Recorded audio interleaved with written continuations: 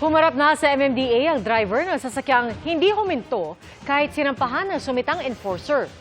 Humingi po siya ng paumanhin pero inireklamo pa rin sa LTO. Nakatutok si Joseph Moro.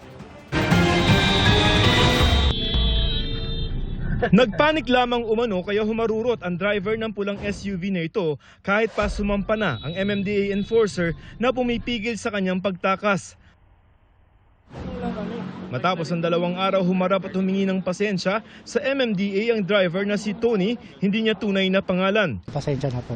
Wala po ako talaga intensyon na Kaya hindi rin po ako tumakbo. Nandito, nakita niyo naman po, nandito po ako.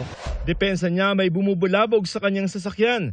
Parang gustong basagin yung sasakyan. Hindi nagpanik po ako, nagkarangkada ako.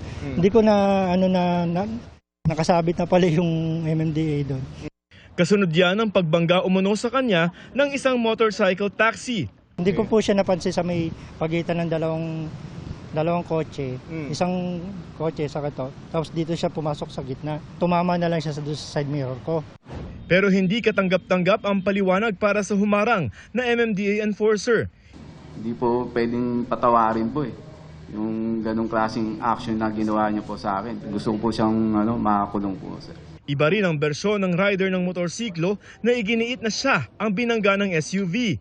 Nagulat na lang po ako na biglang lumabas yung SUV na nabangga sa amin.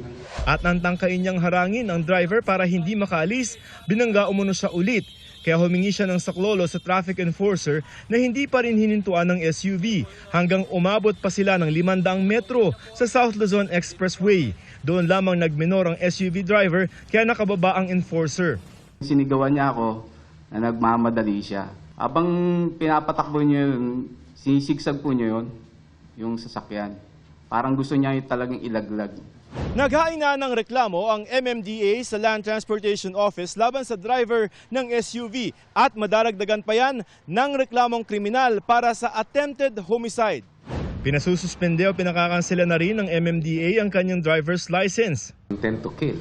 Kung hiniuhulog mo yung tao na nasa hood, sinisigsag mo, ipinipreno mo, obviously may intent to do harm ka. If not to kill, to cause bodily harm. Para sa GMA Integrated News, Joseph Morong, nakatutok 24 oras.